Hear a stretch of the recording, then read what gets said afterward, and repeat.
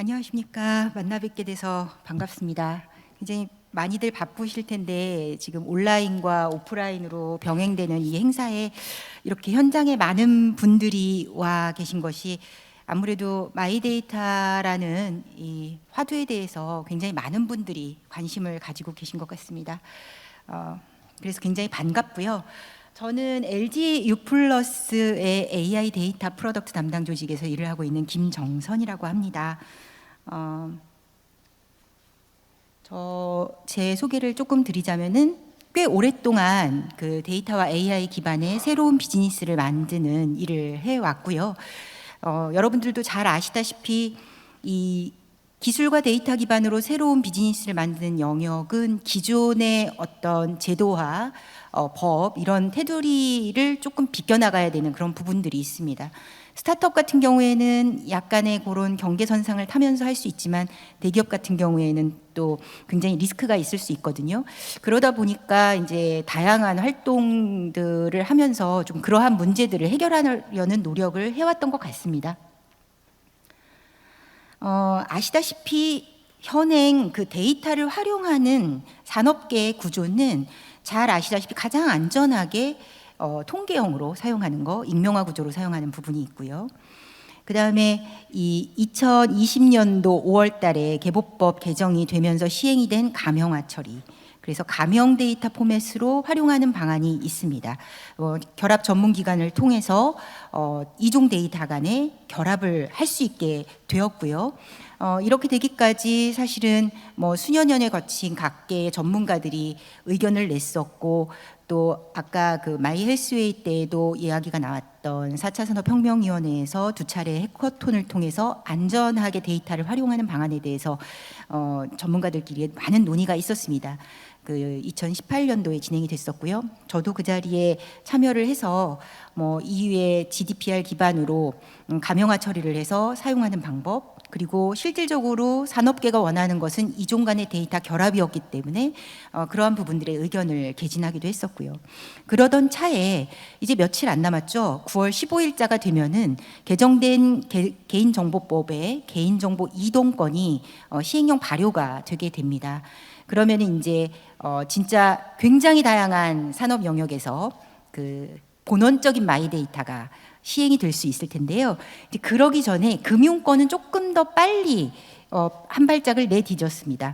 그래서 2022년 5월 달에 금융 마이데이터, 우리가 이제 편하게 금융 마이데이터라고 부르긴 부르는데 사실은 이게 업으로 들어가면은 명확하게는 본인 신용정보관리업이에요. 그래서 개인에 해당하는 신용정보들을 한 군데 모아서 이제 개인한테 유리한 어떤 서비스들을 제공할 수 있게끔 그렇게 금융 데이터들이 오고 갈 수 있는 그런 경로를 만들었습니다. 그래서 이제 그 통신사도 금융 마이데이터 사업의 허가권을 받고 지금 비즈니스를 진행을 하고 있습니다. 뭐 조금 더 구체적으로 이 금융 마이데이터, 본인 신용 정보 관리업에 대해서 조금 설명을 드리자면요. 이 은행, 카드, 보험사 굉장히 다양한 금융기관이 있지 않습니까? 거기에 산재되어 있는 개인에 대한 신용 정보를 통합해서 관리할 수 있게끔 하는 서비스입니다. 기존에 이제 일반 기업이 이 스크래핑 방식으로 이런 정보들을 이렇게 모아서 고객한테 뭐 보험 상품도 비교하고 대출 상품도 비교하고 이러한 서비스들을 진행을 하고 있었어요. 물론 그때도 괜찮았지만 여기에서는 몇 가지 일어날 수 있는 문제점들이 있죠. 왜냐하면 스크래핑 방식이라는 건 굉장히 보안에 취약한 방식이었고, 그다음에 서비스를 운영하기 위해서는 굉장히 많은 노고가 필요합니다. 왜냐하면 스크래핑을 하기 위한 대상 페이지에 대한 패턴이 바뀌거나 정책이 바뀌거나 할 때마다 그런 것들을 또 사람이 일일이 들어가서 확인하고 이 유지를 해줘야 되는 그런 부분이 있었기 때문에 사실 시장 구조적인 측면에서 보면은 비효율이 많은 방식인 거죠. 그러던 차에 한 2016년경, 17년경부터 금융권에서 오픈뱅킹에 관련된 이슈가 생겼고, 또 이 금융 데이터들을 표준화해서 서로 호환할 수 있게끔 하는 그러한 논의들이 시작이 되었습니다. 그렇게 해서 이제 API 표준화를 진행을 하게 됐고요. 금융사하고 핀테크사 등의 마이데이터 플랫폼에서 이제 원스톱으로 표준화된 규격화된 데이터들을 불러들여서 서비스를 제공할 수 있게 된 것이죠. 이게 이제 마이데이터 서비스라고 보시면 되겠습니다. 금융권에 있어서의. 그러면은 금융권의 지금 현황은 어떻느냐 보시게 되면은 실질적으로 허가를 받아서 허가권을 취득해서 서비스를 런칭한 회사들은 총 65개 정도 됩니다. 그리고 아직까지 허가를 진행하고 있거나 예비 허가에 있는 기업체들도 있고요. 대부분이 사실은 금융사죠. 그래서 핀테크하고 금융사를 포함하면은 전체적인 그 총 90개가 넘는 기업체들 중에서 90%, 92%가 금융사로 구성이 되어 있습니다. 이제 유일하게 통신사하고 몇 군데 IT 회사들이 비금융권 회사로 마이데이터 서비스, 금융 마이데이터 서비스에 지금 진입되어 있는 상황이고요. 금융 마이데이터 서비스가 런칭이 되니까 뭐가 좋아졌느냐? 이 신문 기사를 조금 제가 스크랩해 갖고 왔는데요.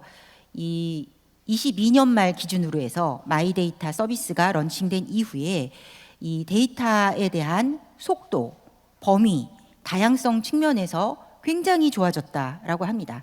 정보 수집 속도는 20배나 빨라졌고요.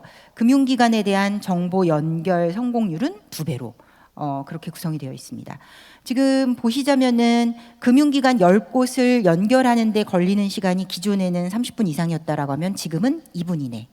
예, 연결 성공률도 2배 이상 증가한 그런 상황이고요. 지금 데이터 필드로 보자면 한 460여 개의 데이터가 호환이 되고 있는데 2023년도 말까지 아마 한 720여 개로 데이터 호환되는 숫자가 늘어날 예정입니다. 그러면 통신사가 왜 금융 마이데이터에 진입을 했을까요? 가장 큰 여러분들의 궁금증이실 것 같아요. 예, 통신사는 아시다시피 기존 가입자에 대한 정보를 많이 가지고 있습니다. 여러분들이 통신 서비스를 사용하시면서 발생되는 통화 이력이라든지 위치 정보라든지 기본적인 정보에 대해서 많이 가지고 있고요. 어떻게 보면은 지금 여러분들이 대리점에 가셔가지고 되게 편안하게 KT에서 SKT로 옮길래요. SKT에서 LG유플로 옮길래요. 이렇게 정보 이동을 하잖아요.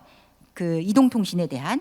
근데 그것도 어떻게 보면은 마이데이터 서비스의 일종이죠. 왜냐하면 고객은 동의를 했을 뿐인데 기본적으로 타 통신사에서 활용하셨던 뭐 요금에 관련된 이력이라든지 또는 가입자 정보 이러한 부분들이 이 대상 통신사로 이동을 할 수 있는 구조가 되기 때문에 어떻게 보면은 굉장히 오래전에 이 통신업계는 이 마이데이터 개인정보 이동에 관련된 부분이 준비가 되어 있었습니다. 그런데 저희가 알고 있는 거는 저희가 관리하고 있는 정보 외에는 없는 거예요. 그래서 고객이 어디 가 있어까지는 아는데 어디 가가지고 뭘 하는지 모르는 거죠. 그래서 그러한 이제 데이터에 대한 갈급이 있었습니다. 그런 부분들을 잘 알게 되면은 고객에 대한 이해를 바탕으로 해서 조금 더 좋은 서비스를 만들고 조금 더 좋은 요금제를 기획하고 또 뭐랄까요 고객의 경험을 조금 더 풍요롭게 하는 다양한 부가 서비스들을 저희가 제안할 수 있었을 텐데 이제 그러한 부분들에 대한 갈급이 있었던 거죠. 근데 마침 금융 마이데이터 이 사업 허가를 통해서 저희가 고객이 어디 가서 무엇을 하는지, 특히 금융결제 영역에 대해서 무엇을 하는지에 대한 알 수 있는 기회가 생긴 거고요. 일단은 저희가 고객에 대한 어떤 경험의 여정을 조금 더 풍부하게 하는 다양한 서비스 기회를 포착하기 위해서 이 금융 마이데이터 서비스에 들어가기로 결정을 했습니다. 지금 기존에 나와 있는 다양한 금융권에 대한 서비스 유형들을 보자면요. 일단 자산 관리가 기본적입니다. 왜냐하면 흩어져 있는 금융 정보를 한 군데로 모아서 고객한테 편의 있게 이렇게 종합 브리핑을 해드리는 거잖아요. 그래서 자산 관리에 관련된 부분이 많고요. 그런데 이제 또 금융권의 하나의 허들은 뭐냐면은 자산 관리까지 해주고 어떻게 관리되고 있는 것까지는 보여드릴 수 있는데 그거에 맞는 맞춤형 상품을 고객한테 제안할 때는 이게 남의 금융 상품을 제안하기가 조금 그렇겠죠. 네, 그러니까 핀테크 회사가 아닌 이상에는. 그래서 고객한테 최대한 맞춤형의 상품을 자사 위주로 오퍼링할 수밖에 없는 그런 제약점도 있습니다. 다만 통신사나 핀테크 회사들은 그런 제약점에 있어서 조금 자유로운 상황이고요. 그래서 이런 고객에 대한 구매 유인을 높일 수 있는 본업 강화 측면에서 또 핀테크나 금융사업권에서는 이런 어떤 상품 추천 중개를 한다든지 아니면은 신규 플랫폼 서비스를 이렇게 제공하는 그런 측면에서 이런 금융 마이데이터 사업에 관련된 부분을 접근을 하고 있습니다. 그래서 굉장히 다양한 금융기관과 또 핀테크, 비금융 영역에서 다채로운 서비스들이 지금 제공 중입니다만은 아직까지 고객들이 체감하기에는 그다지 큰 차별점이 없는 것도 사실입니다. 왜냐하면 내가 구할 수 있는 데이터는 다른 사업자들도 구할 수 있기 때문이죠. 금융 마이데이터 사업의 어떤 본원적인 그 테두리 안에서 보자면 이 금융 마이데이터에 대한 데이터 흐름을 조금 설명을 드려보자면요. 일단 어떠한 서비스, 예를 들어 난 통합적으로 내가 어디에 이렇게 보험 상품을 가입을 했는지 잘 모르겠어 라는 거를 알기 위해서 고객들이 이제 서비스를 이용하기 위한 동의의 시그널을 보내겠죠. 그러면 이 마이데이터 사업자는 그 동의를 받은 시그널을 이 중개기관을 통해서 전송을 하게 됩니다. 그러면은 정보 제공 기관인 다양한 뭐 주요 금융사라든지 통신사, 향후 확장될 그런 대상 정보 제공자가 그 동의의 시그널을 받아서 중개기관을 통해서 이 마이데이터 사업자한테 해당하는 필요 정보를 제공하게 되는 것이죠. 이때 왜 중개기관이 필요하냐라고 하면은 사실은 만약에 중개기관이 없다라고 하면은 표준화된 API지만 이거를 그 마이데이터 사업자와 정보 제공자끼리 서로 호환을 하기 위해서는 N대 N의 관계가 형성될 수밖에 없습니다. 그러면 굉장히 그 많은 자원이 투입이 되겠죠. 그래서 지금 현재는 중개기관, 저희 이제 통신업계는 카이트라는 기관이 그 해당하는 역할을 수행하고 있고 나머지 뭐 신용정보 기관이라든지 금보원 이런 기관들이 중개기관의 역할들을 수행을 하고 있습니다. 마이데이터 가입 고객은 이제 정보 제공자가 원하는 정보를 특정해서 전송을 요구할 수 있고 또 요청된 정보는 마이데이터 사업자 플랫폼 상에서 이 다양한 서비스 포맷으로 이제 고객들한테 제공이 되게 되는데요. 뭐 당연하게도 내 정보에 대한 조회 그리고 내 상태에 대한 진단, 재무라든지 신용 상태라든지 또는 비슷한 성향을 갖고 있는 다른 사람 대비로 씀씀이가 어떤지, 자산의 어떤 보유 정도가 어떤지 이런 것들을 뭐 비교해 주거나 또는 가장 최적화된 금융 상품을 추천해 주거나 또는 간편 청구라든지 포인트에 대한 자동 적립 이러한 것들을 대행해 주는 그러한 포맷으로 현재는 이 서비스들이 유지되고 있습니다. 그런데 이제 기업 입장과 소비자 입장이 조금 다를 수 있을 것 같거든요. 이게 고객 입장에서는 당연히 흩어져 있는 정보를 통합적으로 이렇게 확보를 해서 또 나한테 좋은 서비스 포맷으로 제공이 되니까 좋은 거고요. 근데 또 그 정보를 제공받는 마이데이터 사업자 입장에서는 또 좋은 점이 뭐냐면은 어쨌든 몰랐던 정보를 다양한 금융 정보를 포괄적으로 활용할 수 있게 되니까 이걸 바탕으로 해서 아까 말씀드렸듯이 새로운 고객에 대한 인사이트를 확보할 수 있습니다. 그러면은 이걸 바탕으로 내가 가지고 있는 서비스에 대한 고객의 경험 여정을 보다 정교화하거나 또는 새로운 신규 사업을 기획하거나 이런 부분들이 가능해지는 것이죠. 네. 그래서 이제 통신사 입장에서는 자사 고객에 대한 아까 말씀드렸 기지국 기반의 고객의 액티비티를 기존까지는 잘 알 수 있었는데 거기 가서 뭘 하는지 추정만 할 수 있었죠. 아 여기는 뭐 강남 지역에 강남역 주변에 야간 시간대에 4050 아저씨들이 많이 모이는 상권 지역과 2030이 많이 모이는 상권 지역이 이렇게 다르니 여기는 이런 상권과 점포 구성의 특징이 이렇게 있고 동선이 이렇게 다를 것이다 라고 추정만 하던 것을 고객의 결제 활동, 고객의 금융 소비 활동들을 덧입힘으로 인해서 이제는 조금 더 정교하게 고객을 이해할 수 있는 거죠. 그럼 이제 이걸 가지고 요금제를 조금 차별화한다든지 아니면 기존에 저희가 CRM 베이스에서 열심히 활동하던 것을 조금 더 고도화해서 제공한다든지 또는 인빌딩 내에 저희가 네트워크 품질 같은 것들을 개선을 한다라고 했을 때 사실은 인빌딩에서의 네트워크 품질은 굉장히 고도화하기 힘든 부분이 있는데 결제가 어디에서 이루어졌느냐라는 포인트 오브 인터랙션에 관련된 데이터가 추가로 들어오게 되면은 여기 점포에서 이런 결제 활동들이 일어났으니까 여기에 인빌딩 네트워크를 이래 해서 품질 개선을 할 수 있겠다라는 그런 영역까지도 저희가 통신 본업에 있어서 다양하게 이런 모아지는 금융 마이데이터 서비스를 활용하려는 계획을 가지고 있습니다. 그래서 마이데이터 사업을 추진함에 있어서 통신 3사는 모두 사실은 지금 자사 고객 대상으로 해서 마이데이터 서비스를 제공 중이거든요. 그래서 금융 마이데이터와 통신 데이터 그리고 가지고 있는 서비스 역량 기반으로 해서 고객의 경험의 범위를 확장하고 또 서비스 제공 방식에 대한 고도화를 추진하는 그러한 모양새로 진행을 하고 있습니다. 그러면 이제 저희 LG U+의 마이데이터 서비스인 머니미를 잠깐 소개해 드리겠습니다. 머니미는 총 7가지의 서비스로 구성이 되어 있는데요. 당연히 이제 모은 돈, 쓴 돈, 그리고 정기 결제 영역, 그리고 신용 점수, 내 차 시세, 내 폰 시세, 놓친 혜택 찾아주기처럼 이 통신과 금융의 조화를 이룰 수 있는 데이터를 가지고 제공할 수 있는 서비스들로 구성이 되어 있습니다.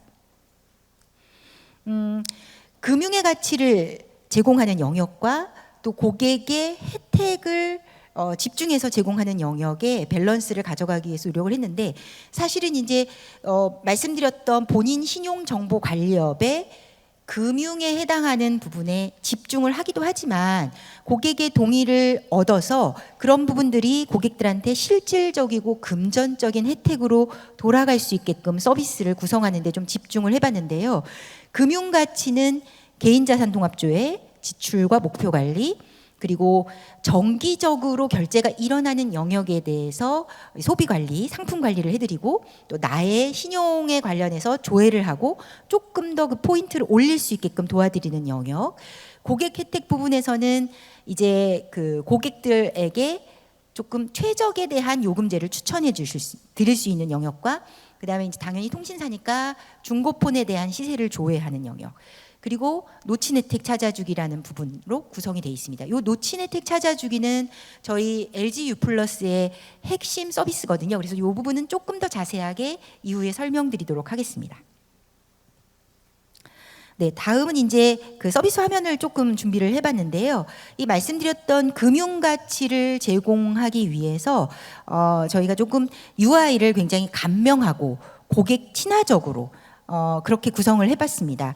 그리고 보시다시피 지출 내역 정리에 이렇게 조금 고객들한테 커뮤니케이션하는 방식도 조금 야자체죠. 친숙한 그런 어투를 사용하면서 고객들이 이 금융 소비에 관련된 그리고 동의 프로세스와 실질적으로 서비스에 연결하는 그런 맥락들을 놓치지 않고 쉽고 편리하게 따라오실 수 있게끔 그러한 구조로 서비스를 최대한 구성해 보았습니다.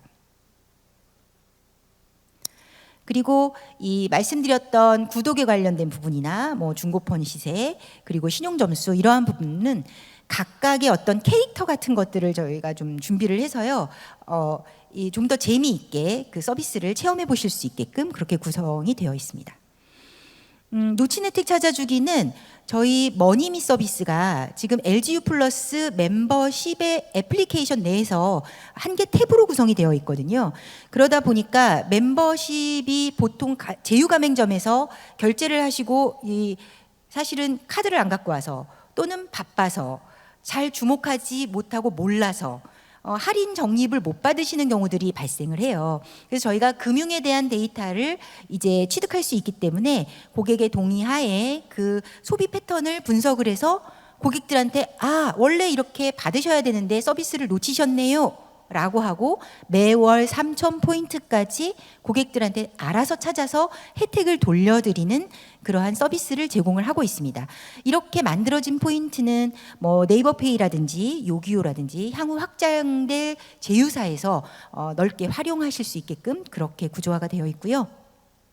자, 그런데 이제 아까 말씀드렸다시피 금융 마이데이터 본인 신용 정보 관리업을 넘어서 이제 본원적으로 개인에 대한 정보 주체 그 권리 하에 정보들이 다양하게 이동할 수밖에 없는 시대를 저희가 살아가게 됐습니다. 그래서 마이데이터 생태계 활성화를 위한 향후 과제에 대해서 제가 좀 몇 가지 준비한 것을 말씀드리면서 마무리를 짓고자 하는데요.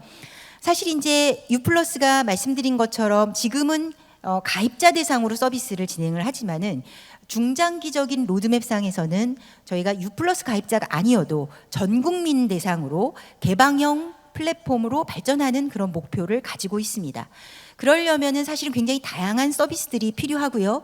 이 다양한 서비스들이 유기적으로 돌아가기 위해서는 여러분들 잘 알고 계시는 것처럼 데이터가 필요하겠죠. 정부의 적극적인 마이데이터 활성화 제도가 마련이 됐습니다.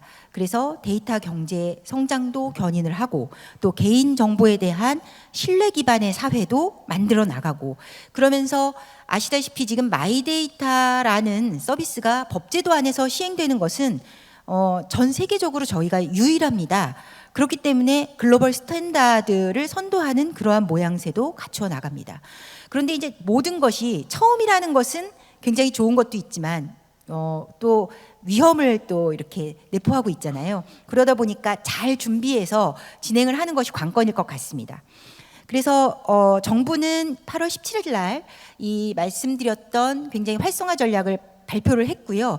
우선 10개 영역으로 나누어서 이 본원적인 마이데이터 서비스를 진행할 계획을 발표를 했습니다. 다만 아쉬운 점은 이렇게 10개 영역이 각각 따로 이렇게 그 제도에 대응하는 부분을 준비하다 보면은 자칫 저희가 잘 아시는 것처럼 지금 빅블러의 시대고 항상 산업회기에는 이 인더스트리얼 경계가 마주치는 그런 엣지 영역에서 생기기 마련인데 그러한 기회를 조금 소실할 수 있지 않을까라는 우려 포인트가 있습니다만은 그럼에도 불구하고 초기 단계에선 어쨌든 해당 인더스트리 영역에서 말씀드렸던 데이터의 규격화, 표준화 이슈가 선행돼야 되기 때문에 그런 부분이 선제적으로 돼야 되는 그런 부분이 있습니다. 일단 사업자 관점의 마이데이터 정책에 관련된 필요사항 5가지는 제가 개인적으로 생각했을 때 일단은 다양한 아이디어를 보유하고 있는 중소 스타트업에 대한 지원 정책이 마련이 돼야 될 것 같고요.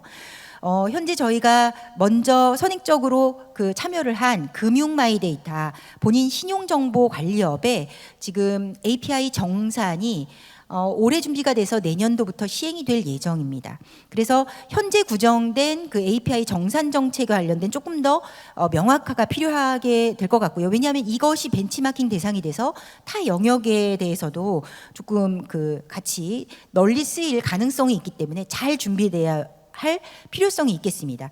그래서 뭐 정기적인 전송, 비정기적인 전송, 그리고 각각의 가지고 있는 데이터 컬럼에 대한 가치 이러한 부분들이 잘 준비되어야 될 것 같고요. 그다음에 데이터 전송 시의 품질과 안전성을 확보하기 위한 장치가 고려되어야 할 것 같습니다. 여러분들 잘 아시다시피 이 개인 동의 기반으로 데이터가 호환되기 위해서는 식별자가 굉장히 중요한데요. 공공 영역과 금융 영역 또는 뭐 인터넷 망사업자 또는 유통 다른 인더스트리얼 영역에서는 사실 관리하고 있는 식별자가 상이합니다. 그래서 이러한 식별자를 어떻게 잘 호환되게끔 해줄 것이냐라는 것도 굉장히 커다란 숙제로 남아 있습니다.